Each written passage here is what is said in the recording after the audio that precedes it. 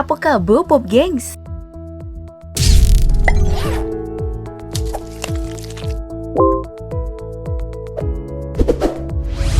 Jalan-jalan ke pasar petang. Jangan lupa singgo beli seluak. Di masa pandemi, do usah bermuram. Daftar populer bisa jadi obat. Arab-Arab awak sihat dan riang. Nah, karena gak bisa keluar rumah, itulah DPWiki lahir. Berpetualang keliling dunia hanya lewat video berdurasi beberapa menit. Dan di DPWiki kali ini, saya akan mengajak Kang Kawan jalan-jalan ke Natuna. Salah satu kabupaten yang ada di Indonesia namun pernah jadi rebutan negara luar. Pulau dengan kekayaan bahari sampai negara tetangga jadi iri.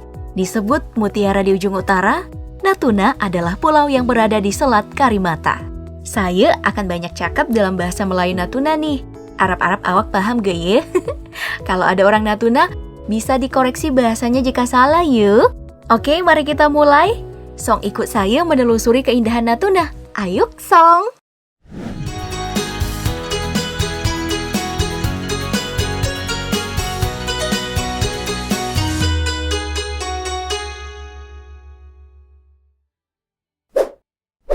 Sampai di Natuna, awak icip dulu cikong. Terbuat dari kacang tanah, kacang ijo, kolang-kaling, santan, agar-agar, dan sirup. Segar kan? Sambil bersantai, saya akan mengenalkan lebih dulu profil Natuna, agar awak mudah menelusurinya.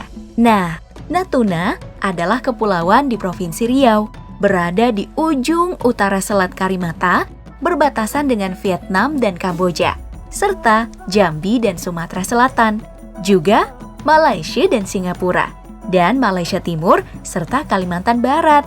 Bisa dilihat dari lambang wilayahnya, terdapat gelombang laut dan kapal serta peta, menggambarkan kekayaan bahari Natuna yang tersohor. Secara geografis, Natuna lebih dekat dengan Malaysia.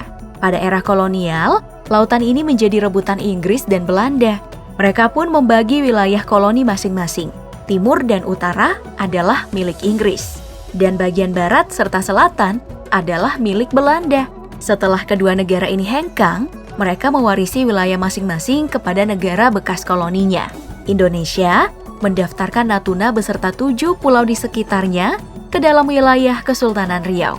1982, PBB telah memutuskan bahwa Natuna masuk dalam zona ekonomi eksklusif Indonesia. Lalu mengapa Cina dengan enteng mengklaimnya ya? Klaim yang tumpang tindih dengan ZEEI ini terjadi atas dasar 9 dash line alias 9 garis putus-putus yang dibuat sepihak oleh Cina sejak berkuasanya Partai Komunis. Selain itu, Cina menganggap perairan Natuna adalah wilayah penangkapan ikan nelayan tradisional mereka. Namun, saat menyelesaikan sengketa yang sama dengan Filipina, Pengadilan Arbitrasi Laut Cina Selatan mementahkan klaim Cina tersebut, dan PBB pun mengakui ini wilayah Indonesia. Jadi, kita semua masih bisa jalan-jalan di Natuna tanpa paspor ya. Nah, di Natuna ini terdapat 15 kecamatan yang terpisah-pisah ke dalam 2 gugusan. Gugus Pulau Natuna yang terdiri dari pulau-pulau di Bunguran, Sedanau, Pulau Tiga, Pulau Midai, Pulau Laut, dan gugus Pulau Serasan terdiri dari pulau-pulau di Serasan, Pulau Subi Besar, serta Subi Kecil. Nah, apa yang membuat Natuna jadi incaran? Iya, karena kekayaan alam salah satunya. Potensi Laut Natuna pada tahun 2012, seperti laporan Tirto, mencapai 504.212,85 ton per tahun. Laut Natuna memiliki semua jenis ikan, dari ikan pelagis kecil, ikan demersal, ikan karang, udang penait, lobster, kepiting, rajungan, hingga cumi-cumi. Dan menurut laporan Detik, komoditas laut yang paling banyak adalah cumi-cumi, mencapai 23.499 ton per tahun. Meski sebenarnya di atas Natuna masih ada Arafura.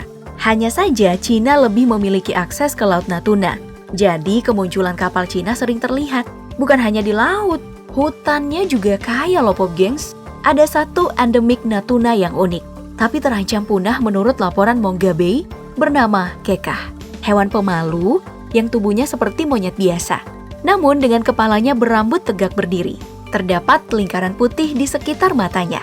Primata langka ini setidaknya masih ada belasan ribu di Natuna, namun sering berlari jika bertemu dengan manusia. Dan ada satu lagi yang langka. Tanaman hijau berbentuk lonjong ini mirip dengan biasa disebut dengan kantong semar dengan nama latin genus Nepenthes. Tanaman ini diprioritaskan untuk dilestarikan dan dikonservasi. Dan ini adalah tanaman karnivora. Itulah mengapa Natuna juga dinobatkan sebagai kawasan geopark nasional. Karena keanekaragaman tumbuhannya yang jarang ditemuin di tempat lain. Selain itu, dari laporan CNBC, ternyata didapatkan bukan hanya biota laut. Laut Natuna memiliki cadangan minyak yang diperkirakan mencapai 36 juta barel. Dan volume gas di Blok Timur Natuna bisa mencapai 222 triliun kaki kubik. Dan laporan CNN nih, cadangan gas ini 2 kali lipat lebih besar dari yang ada di Blok Masela. Jika Indonesia mengembangkannya, maka Indonesia nggak akan kekurangan gas. Oh, pantas. Cina getol sekali. Tapi ikan tongkol, ikan tuna dimakan bersama sambal pedas, penuh ikan, minyak gas, orang rebut Natuna. Tapi nasib orang-orangnya naas. Oke, mari Ika tengok orang-orangnya kalau gitu. Natuna didiami beberapa etnis. Minangkabau, Melayu, Bugis, Banjar, Batak, Jawa, dan Tionghoa. Namun secara umum, mereka menggunakan bahasa Melayu dalam bercakap-cakap, tapi dengan dialek dan sedikit perbedaan kosakatanya saja. Jika di Sarawak, untuk menyebut anak kecil adalah budak-budak, maka di Natuna anak alus. Hampir mirip dengan Minang juga. Jika Minang mengatakan "da usoh", maka di Natuna mengatakan "do usah". Dengan luas laut mencapai 99%, rata-rata orang Natuna adalah seorang nelayan. Namun kisah nelayan Natuna sangat berbeda, seperti yang dilaporkan Mongga Bay. Menjadi pagar perairan di ujung utara, nelayan Natuna kadang terhambat oleh kapal asing. Di sisi lain, sebagian nelayan tradisional Natuna juga kewalahan dengan kapal cantrang asal Pulau Jawa. Kapal cantrang akan melemparkan jala bisa sampai 2 meter, lalu menyapu apapun dari dasar laut. Mongga Bay melaporkan, selain merusak terumbu karang, kapal cantrang juga menyulitkan nelayan kecil. Bukannya memberikan kesempatan, kapal cantrang malah lebih sering mengejar nelayan tradisional Natuna. Di eranya Bu Susi sih, kapal cantrang dinyatakan merusak. Namun, di era Edi Prabowo, kapal tersebut dibolehkan dengan jarak 12 mil dari bibir pantai. Naasnya, nelayan tradisional Natuna hanya bisa melaut sampai 4 mil karena ukuran kapal yang lebih kecil. Di mana jarak tersebut, gak ada ikan yang bisa dijaring, hanya dipenuhin dengan terumbu karang. Jadilah lo kengkawan berkelahi soal klaim wilayah dengan negara lain. Nggak usah, tak guna cakap banyak soal batas wilayah. Tengok Ika sendiri. Sedare mari cerai beroy urusan perut. Nelayan Natuna yang terjepit di antara kapal asing dan kapal sesama ini mungkin saja langok dengan teriakan nasionalisme orang-orang di luar pulaunya. Sama langoknya dengan teriakan orang asing yang mau nyaplok wilayahnya. Laporan BBC sendiri mengungkapkan kisah kemiskinan nelayan di Natuna. Cara tangkap tradisional nelayan kalah saing dengan perkembangan teknologi di beberapa pulau besar.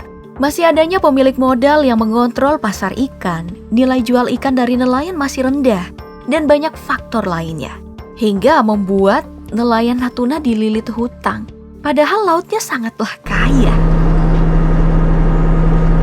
Sedangkan untuk budaya, kemelayuannya sangat kental. Saling berbalas pantun masih sering dipraktekkan dalam banyak kegiatan masyarakat, bahkan oleh para pemudanya, dan ini selalu menjadi tontonan yang menarik. Tolong sebutkan nama permainan khas Natuna. Asik. Yang memiliki ciri kemelayuan juga adalah tradisi ritual tepung tawar. Nah, prosesi tepuk-tepung tawar dilakukan dengan menepuk-nepukkan tepung bercampur air di tangan atau pundak, disertai nasihat-nasihat dan doa dalam bahasa Melayu yang dilontarkan oleh para tetua, seperti sedang memberkati. Tradisi tolak bala ini dilakukan saat kelahiran bayi, sunat anak, dan pernikahan. Dan untuk pernikahan, mereka ini biasanya akan menyambut pengantin dengan ritual pencaksilat. Juga mengenal tradisi begembeh, yakni menginap di rumah orang tua suami setelah ritual pernikahan.